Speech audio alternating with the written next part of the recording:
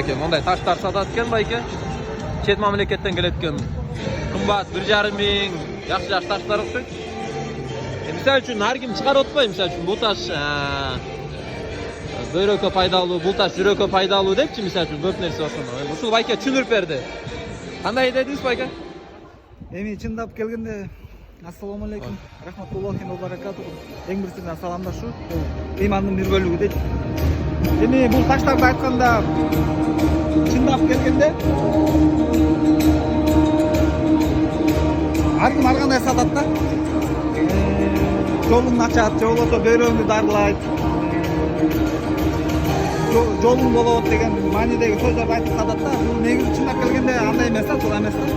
Мисалы үчүн Пайгамбар Мухаммад саллаллаху алейхи вассаламдын жакшы көргөн ташы бул фирдолик деген таш болгон да. Бирок анын өзү шеңгегинде болгон жана аны эме катары мындай эле колдонгон.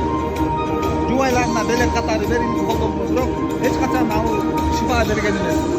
Пайда зыян бере албайт, Пайда зыян бере албайт. Азыркы 21-кылымда ушундай көп нерселер көбөйүп кетти да. Элдер келет, аял заттар келет, апаларыбыз келет, карындаштарыбыз келет, сурашат да. Эмнеге жардам берет деп.